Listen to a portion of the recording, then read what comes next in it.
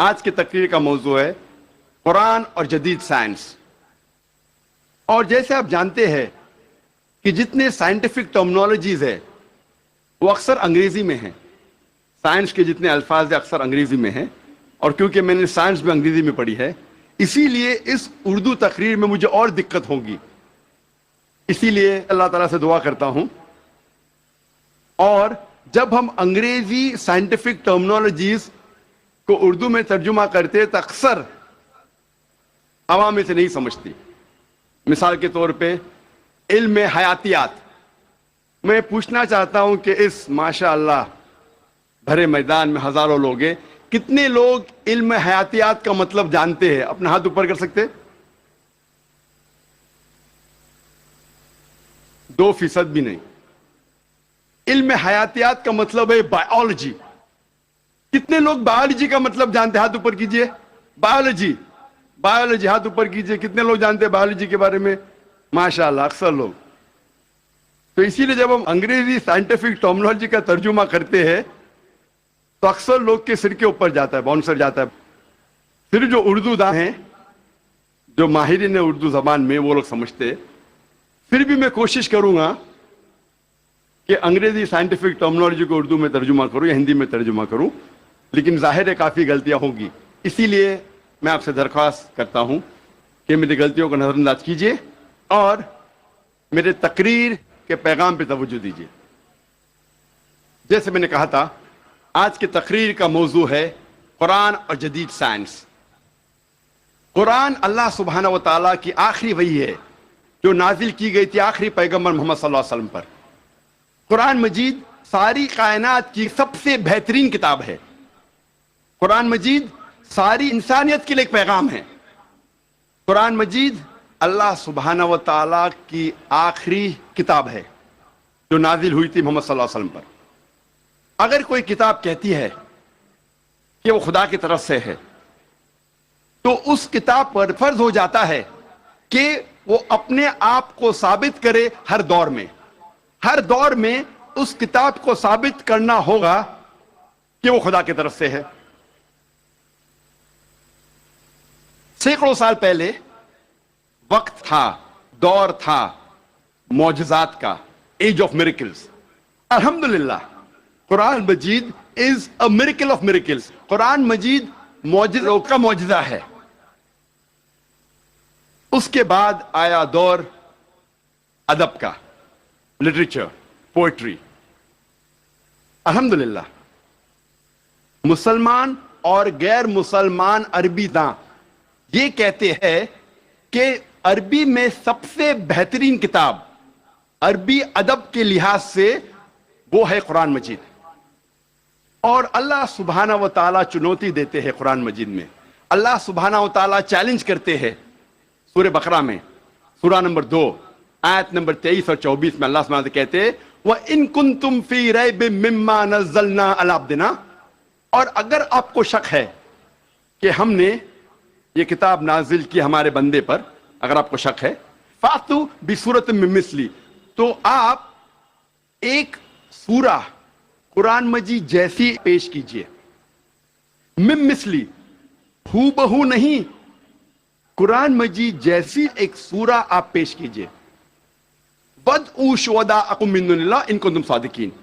اور بلاؤ اپنے مددگار کو اور اپنے گواہ کو اللہ کے علاوہ اگر آپ سچے ہیں. فَإِن لَّمْ تَفْعَلُوا، اور اگر آپ نہیں پیش کر سکتے، وَلَن تَفْعَلُوا، اور آپ ہرگز پیش نہیں کر سکتے، فَاتَّقُوا النَّارَ الَّتِي وَقُودُهَا النَّاسُ وَالْحِجَارَةُ أُعِدَّتْ لِلْكَافِرِينَ. تو ڈرو اس آگ سے جس کا ایندھن انسان اور پتھر ہے، جو انکار کرنے والوں کے لیے تیار کیا ہے. اللہ سبحانہ و تعالی ان 2 آیتوں میں چنوتی دیتے ہیں، انسانوں کو چیلنج کرتے ہیں. یہ اس وقت دور تھا عربی ادب کا. اس وقت عربوں کو ناز تھا اپنی عربی زبان پر، اور وہ سمجھتے تھے کہ ان سے بہتر دنیا میں کوئی نہیں ہے. اس وقت اللہ سبحانہ و تعالیٰ قرآن مجید نازل کرتے ہیں. اور ساری انسانیت کو چنوتی دیتے ہیں، چیلنج کرتے ہیں کہ اگر آپ کو شک ہے کہ یہ کتاب خدا کی طرف سے نہیں ہے تو آپ قرآن مجید جیسی ہو بہو نہیں، ملتی جلتی ہو بہو تو دور کی بات ہے، ایک سورہ پیش کرو، اور قرآن مجید کی سب سے چھوٹی سورت ہے 3 آیتوں کی، صرف 10 الفاظ۔ بہت لوگوں نے کوشش کی، ایک انسان نے بھی کامیابی نہیں پائی، اور تا قیامت کوئی بھی قرآن مجید جیسی قریباً ایک سورہ بھی پیش نہیں کر پائیں گا۔ لیکن آج کا دور ادبی دور نہیں ہے، it's not an age of literature and poetry. اگر کوئی کتاب اپنے آپ کو خدا کی طرف سے کہتی ہے اور ادبی انداز میں کہتی ہے کہ دنیا چپٹی ہے، دنیا سپاٹ ہے، کیا آج کا جدید انسان اس بات کو تسلیم کرے گا؟ بالکل نہیں، کیونکہ آج کا دور ادبی دور نہیں ہے، آج کا دور ہے جدید سائنس کا دور۔ آج ہم کوشش کریں گے یہ تحقیق کرنے کی قرآن اور جدید سائنس ملتے ہیں یا ٹکراتے ہیں، قرآن اور جدید سائنس ملتے ہیں یا قرآن اور جدید سائنس ٹکراتے ہیں۔ اس موضوع پہ ہم انشاءاللہ تذکرہ کریں گے۔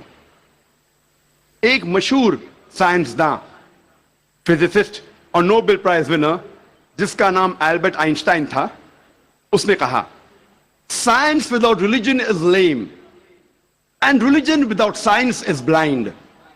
سائنس مذہب کے بنا لنگڑی ہے اور مذہب سائنس کے بنا اندھا ہے۔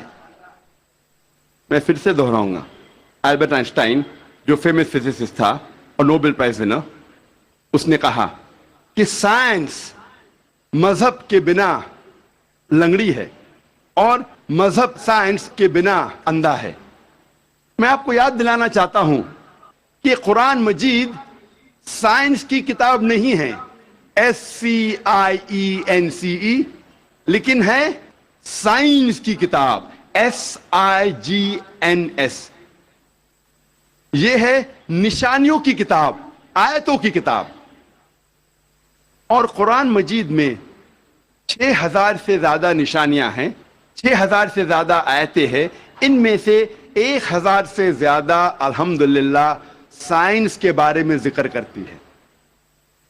آج کی اس تقریر میں میں صرف ان سائنٹیفک فیکٹس، سائنس کے حقائق کے بارے میں ذکر کروں گا which have been established، جو سائنسداں ثابت کر چکے ہیں۔ Scientific hypotheses, scientific theories, scientific نظریہ، ان کے بارے میں ذکر نہیں کروں گا، کیونکہ ہم جانتے ہیں کہ many a time scientific hypothesis theories take U-turns۔ یہ سائنس کے نظریے جو ہیں کئی بار وہ اپنے نظریے سے پلٹ جاتے ہیں۔ اسی لیے اس تقریر میں صرف میں سائنٹیفک فیکٹس کے بارے میں ذکر کروں گا، سائنس کے حقائق کے بارے میں۔ سب سے پہلے ہم تذکرہ کریں گے ایسٹرونومی کے بارے میں، فلکیات کے بارے میں۔ 35 سے 40 سال پہلے کچھ سائنسداں نے تحقیق کی ایک موضوع پہ، تخلیق کائنات، مطلب کریشن آف دی یونیورس۔ اور ان سائنسداں نے کہا کہ ہماری کائنات سب سے پہلے ایک پرائمری نیبیولا تھا، بنیادی گولا، ابتدائی گولا۔ اس کے بعد there was a secondary separation، دوسری جدائی، دوسری علیحدگی، اور ایک بڑا دھماکہ ہوتا ہے بگ بینگ۔ اس کے بعد وجود میں آیا گیلیکسیز، کہکشائیں، ستارے، سیارے، چاند، سورج، اور یہ زمین جس میں ہم رہتے ہیں۔ اسے سائنسداں نے کہا بگ بینگ، بڑا دھماکہ۔ یہ جو سائنسداں نے تقریباً 40 سال پہلے ڈھونڈا کس طریقے سے کائنات وجود میں آئیں، تخلیق کائنات، قرآن مجید میں اس کا ذکر 1400 سال پہلے ہے۔ اور میں نے اس تقریر کے شروع میں ایک آیت کی تلاوت کی، سورہ انبیاء کی سورہ نمبر 21 آیت نمبر 30، جہاں اللہ سبحانہ تعالیٰ فرماتے اولم یر الذین کفروا، کیا انکار کرنے والے یہ نہیں جانتے ان السماوات والارض کانتا رتقا ففتقناہما، کہ زمین اور آسمان ایک تھے، جڑے ہوئے تھے، اور ہم نے انہیں جدا کیا۔ یہ جو تخلیق کائنات، creation of the universe, big bang, بڑا دھماکہ جو سائنسداں کو 40 سال پہلے پتا چلا، قرآن مجید میں اس کا ذکر ہے 1400 سال پہلے۔ قرآن مجید میں اللہ سبحانہ تعالیٰ فرماتے ہیں سورہ فصلت میں سورہ نمبر 41 آیت نمبر 11 اور 12 میں کہ اللہ سبحانہ و تعالیٰ نے آسمان کی طرف دیکھ کے کہا جب وہ دھواں تھا کہ آسمان اور زمین ایک ساتھ آ جاؤ، ولنگلی اور انولنگلی، اپنے مرضی سے یا اپنے مرضی کے بنا، اور ان نے کہا کہ ہم اپنے مرضی سے ایک ساتھ آ جاتے ہیں۔ قرآن مجید میں لکھا ہے کہ آسمان سب سے پہلے دھواں تھا، عربی لفظ ہے دخان، اور آج کے سائنسداں یہ کہتے ہیں کہ کائنات بننے کے پہلے یہ آسمان دھواں تھا، انگلش میں کہتے ہیں گیس، لیکن عربی میں دخان کے معنی ہے اسموک۔ کچھ مفسرین نے ترجمہ کیا مسٹ، دھند، جو میرے حساب سے صحیح ترجمہ نہیں، کیونکہ دھند ہوتا ہے ٹھنڈا اور دھواں ہوتا ہے گرم۔ دھماکے کے بعد ہم اکثر دیکھتے ہیں گرم دھواں، دھند نہیں دیکھتے۔ تو قرآن مجید میں لکھا ہے کہ آسمان تھا دھواں، اور آج سائنس یہ کہتی ہے کہ اسموک گیس سے اور بہترین لفظ ہے۔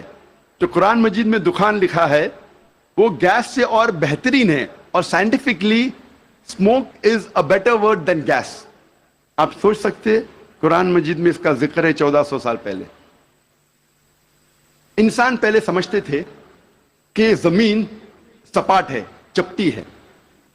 سب سے پہلی بار اگر کوئی انسان نے یہ ثابت کیا کہ دنیا بیضوی ہے، وہ ایسا Francis Drake sun 1577 1577 when he sailed around the earth، جب سمندر پہ سفر کیے دنیا کے گول، سر فرانسس ڈریک نے ثابت کیا کہ دنیا بیضوی ہے۔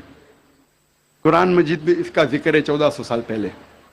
قرآن اللہ تعالیٰ فرماتے ہیں سورہ لقمان میں سورہ نمبر 31 آیت نمبر 29 میں الم ترى ان اللہ یلیج اللیل فی النہار ویلیج النہار فی اللیل، اللہ سبحانہ و تعالیٰ نے رات کو دھیرے دھیرے آہستے آہستے دن میں تبدیل کیا، اور دن کو دھیرے دھیرے آہستے آہستے رات میں تبدیل کیا۔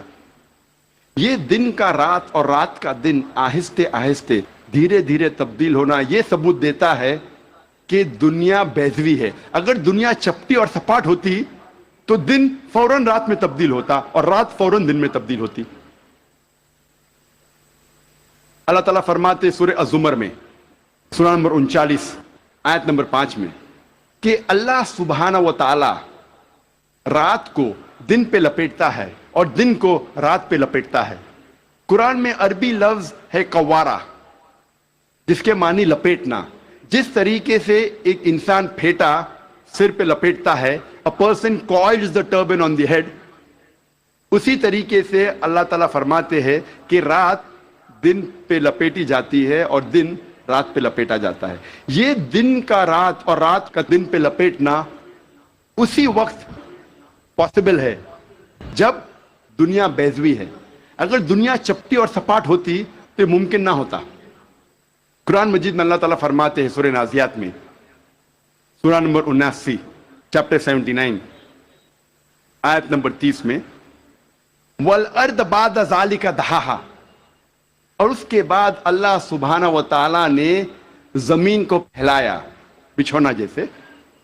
دہا کہ ایک معنی ہے پھیلانا، اور دہا کی دوسری معنی آتا ہے عربی لفظ دھویا سے، جس کے معنی ہے بیضا، جس کے معنی ہے انڈا۔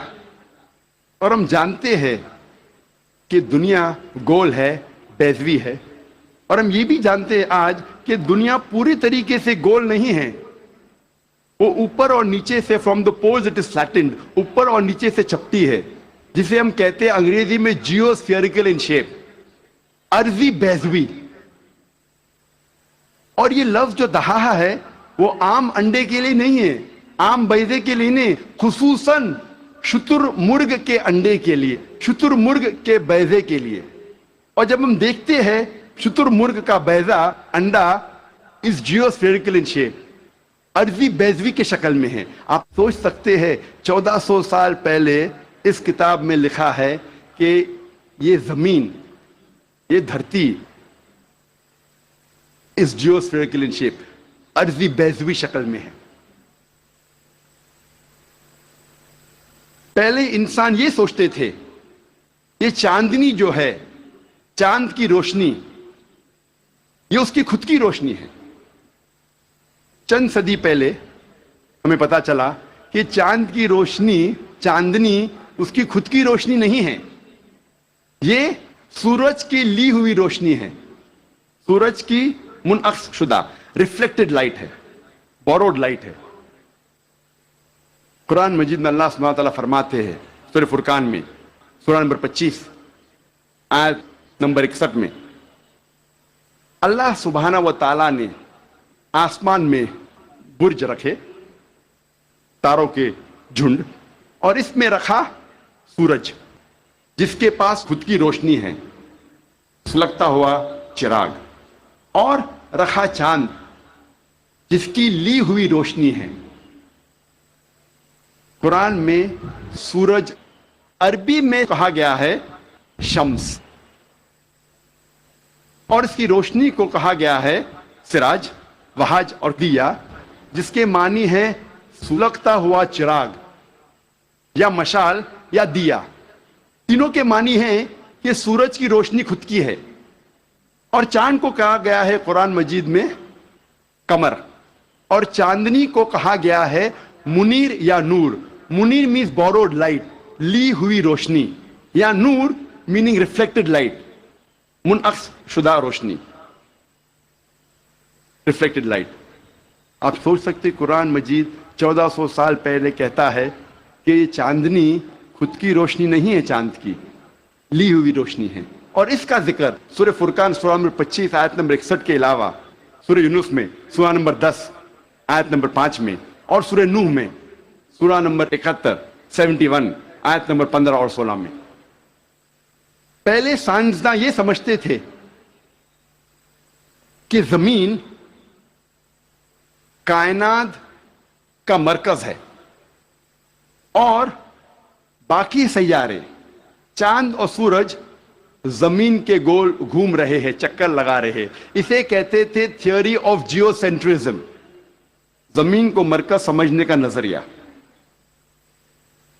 اور یہ لوگ 2 صدی سے، ٹولمی کے وقت سے مانتے تھے، 16ویں صدی تک، جب تک کوپرنیکس نے کہا کہ زمین کے گول چاند اور سیارے نہیں چکر لگا رہے ہیں، لیکن سورج کے گول زمین، چاند اور باقی سیارے چکر لگا رہے ہیں، گھوم رہے ہیں. اسے کہتے تھے ہیلیو سینٹرک تھیوری، مطلب سورج کا مرکز ہونے کا نظریہ.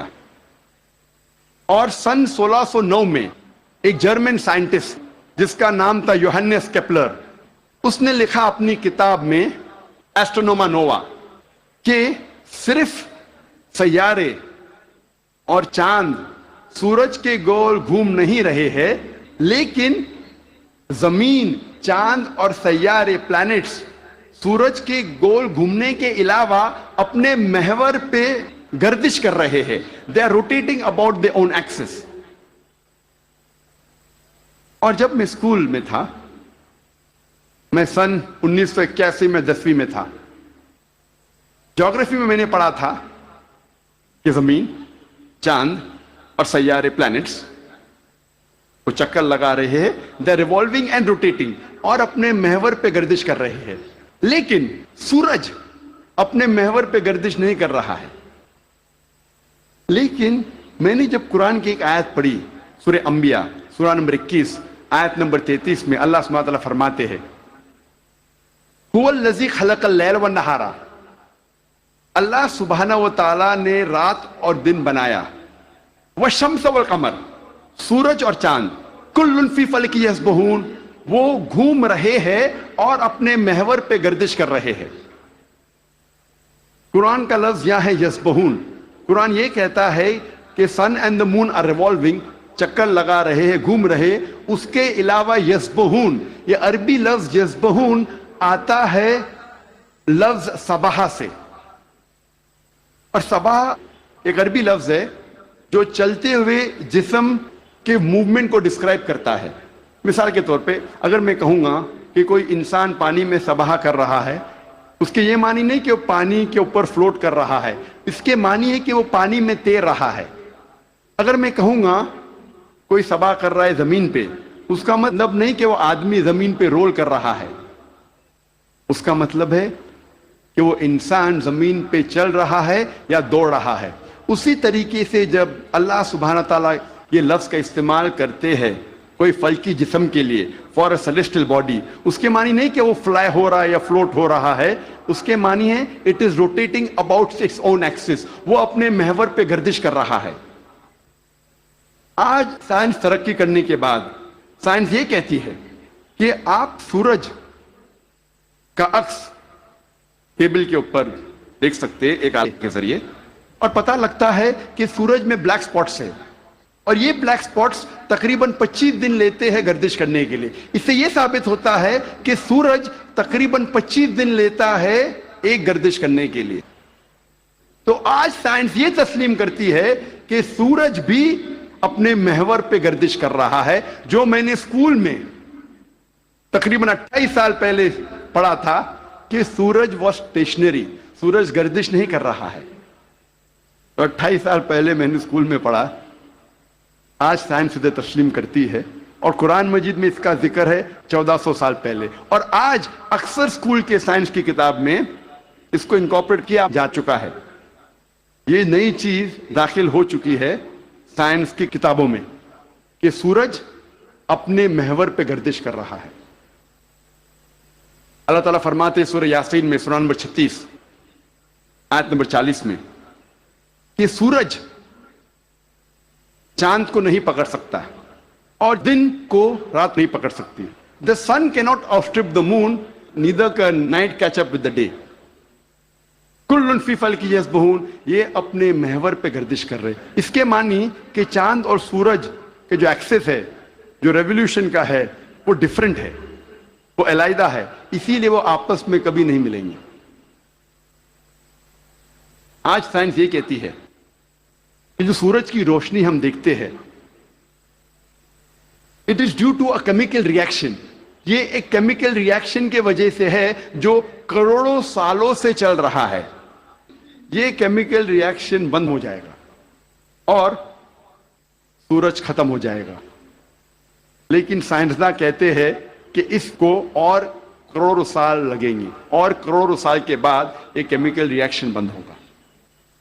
یعنی سائنس یہ کہتی ہے کہ ایک وقت آئے گا جب سورج نشٹ ہو جائے گا، ختم ہو جائے گا۔ قرآن میں اللہ تعالیٰ فرماتے ہیں سورہ یاسین میں سورہ نمبر 36 آیت نمبر 38 میں وَالشَّمْسُ تَجْرِي لِمُسْتَقَرٍّ لَهَا، کہ سورج جا رہا ہے اپنے مستقر کی طرف، سورج جا رہا ہے اپنے ڈیسٹینیشن پہ۔ سورج ایک مقرر وقت کے لیے ہے۔ مستقر کے معنی مقرر وقت اور مقرر جگہ، اس کے دو معنی ہوتے ہیں مستقر کے معنی، کہ سورج ایک مقرر وقت کے لیے ہے اور مقرر جگہ کی طرف جا رہا ہے۔ یہ سائنس آج تسلیم کرتی ہے کہ سورج ایک مقرر وقت کے لیے ہے، اور سائنس یہ بھی مانتی ہے کہ سورج کائنات کے ایک نقطے کی طرف جا رہا ہے جس کا نام ہے سولر اپیکس۔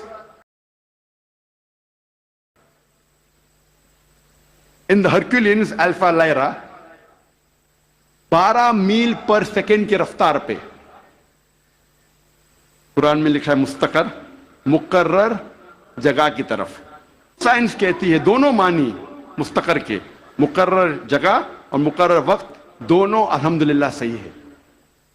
اور اس کا ذکر سورہ یاسین سورہ نمبر 36 آیت نمبر 38 کے علاوہ سورہ رعد میں بھی ہے، سورہ نمبر 13 آیت نمبر 2، سورہ فاطر سورہ نمبر 35 آیت نمبر 13، سورہ لقمان سورہ نمبر 31 آیت نمبر 29 اور سورہ الزمر سورہ نمبر 39 آیت نمبر 5 میں سب جگہ کہا گیا ہے کہ سورج ایک مقرر وقت کے لیے ہے، ایک مقرر جگہ کی طرف جا رہا ہے۔ آج سائنس یہ کہتی ہے جو آسمان ہمارے زمین کے اوپر ہے، جسے ہم کہتے ہیں ایٹماسفیئر، وہ ایک محفوظ چھت کی طرح ہے، اور سائنسداں یہ کہتے ہیں کہ خطرناک rays like ultraviolet rays, X rays, یہ چھت، یہ ایٹماسفیئر ان خطرناک ریز کو زمین پہ آنے سے روکتا ہے، ورنہ زمین پہ جاندار چیز مٹ جائیں گی۔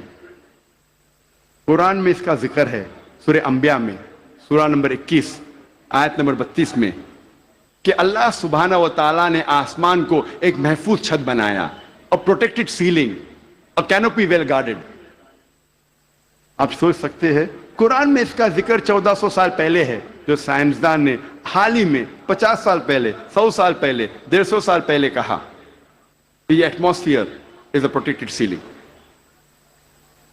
جب میں اسکول میں تھا تقریباً 28 سال پہلے، میں نے سائنس میں سیکھا تھا there are 3 types of matter: solid, liquid and gas۔ 3 قسم کے مادہ تھے، solid, liquid and gas۔ آج سائنس یہ کہتی ہے کہ 3 مادہ، 3 states of matter کے علاوہ اور بھی ہے۔ ہم پہلے یہ سمجھتے تھے کہ آرگنائز ایسٹرونومیکل سسٹمز کے باہر، آرگنائز فلکیات کے باہر خلا تھا، ویکیوم تھا۔ آج سائنس کہتی ہے کیا انٹرسٹیلر سپیس، سیارے کے بیچ مادے کے پل ہے، بریجز آف میٹر ہے، جسے آج ہم کہتے ہیں پلازما، جسے سائنسداں کہتے ہیں 4th state of matter۔ 4تھی قسم مادے کی آج سائنسداں کہتے ہیں پلازما ہے۔ قرآن میں اس کا ذکر 1400 سال پہلے ہے، سورہ فرقان میں سورہ نمبر 25 آیت نمبر 59 میں 59 میں کہ اللہ سبحانہ و تعالیٰ نے زمین اور آسمان کو بنایا اور اس کے بیچ میں ساری چیزیں بنائیں۔ مطلب زمین اور آسمان کے بیچ میں ویکیوم نہیں ہے۔ آج سائنس اسے کہتی ہے مادے کے پل، بریجز آف میٹر، کہتی ہے پلازما ہے، 4th state of matter۔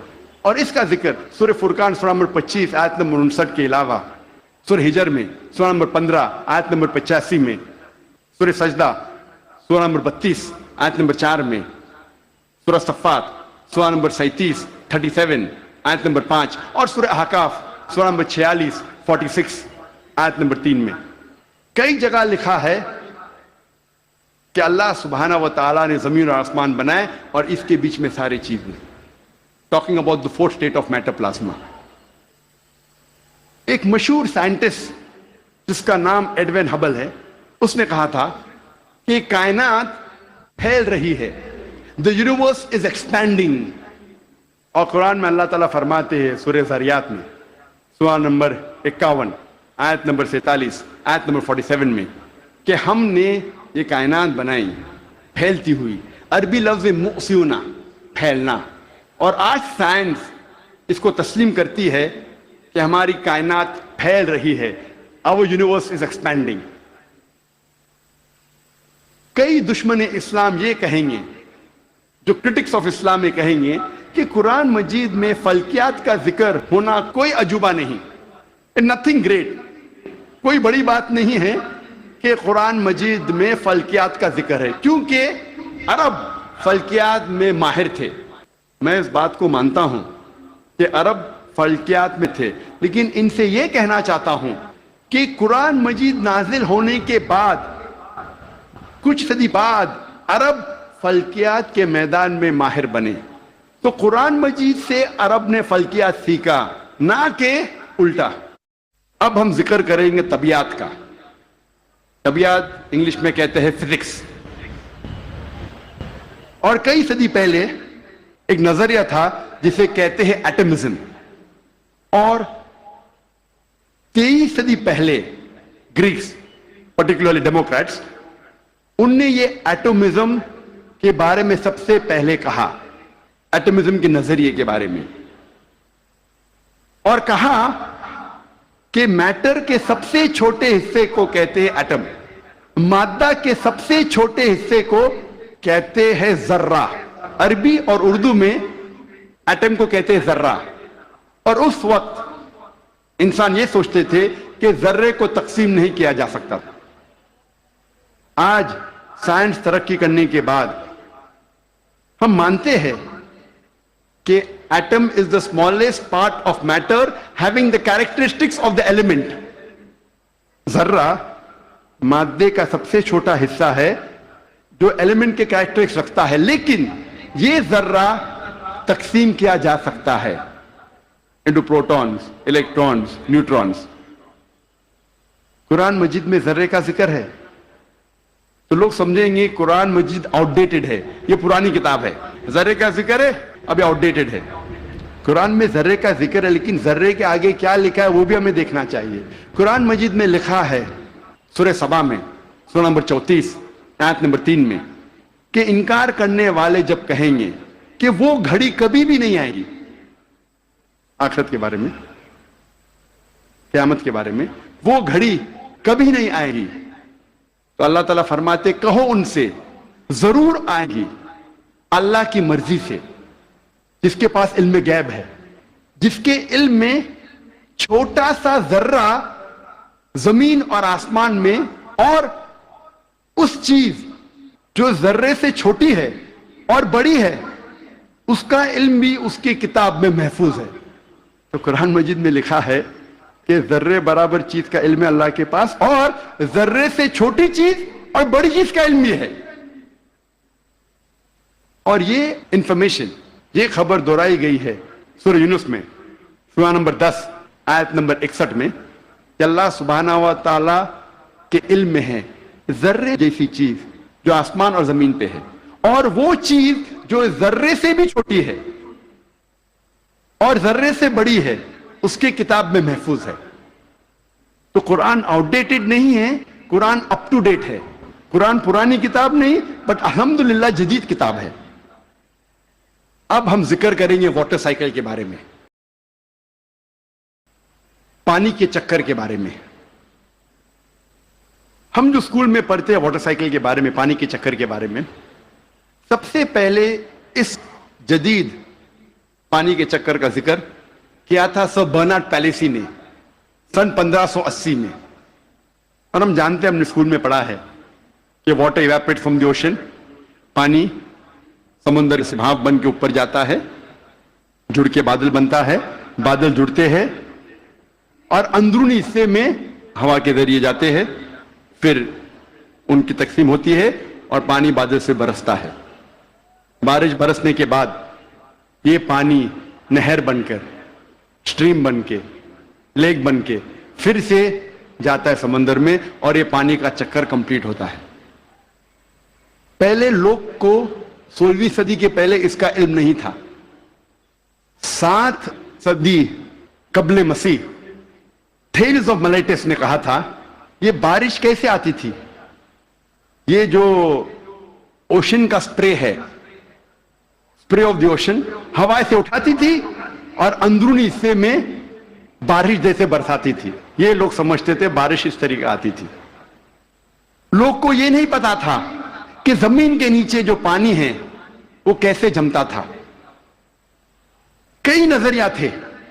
لوگ پہلے سوچتے تھے کہ یہ ہوا کا دباؤ پانی پہ، سمندر پہ، پانی کو زمین سے نیچے لے جاتا تھا اور اس طریقے سے زمین کے نیچے پانی آتا تھا۔ لوگ پہلے یہ سمجھتے تھے at the time of Pluto کے وقت کہ یہ پانی ایک خفیہ راستے سے واپس جاتا تھا سمندر کی طرف، سمندر میں secret passage, the great abyss known as the Tartarus at the time of Pluto. ایک خفیہ راستے سے پانی زمین کے نیچے سے جاتا تھا سمندر میں، اسے کہتے تھے گریٹ ایبس ٹارٹرس۔ اور یہ لوگ سمجھتے تھے 16ویں صدی تک۔ 18ویں صدی میں ڈیسکارٹس بھی اس بات کو تسلیم کرتا تھا، اور 19ویں صدی میں ایرسٹوٹل کا نظریہ بھی لوگ سمجھتے تھے صحیح ہے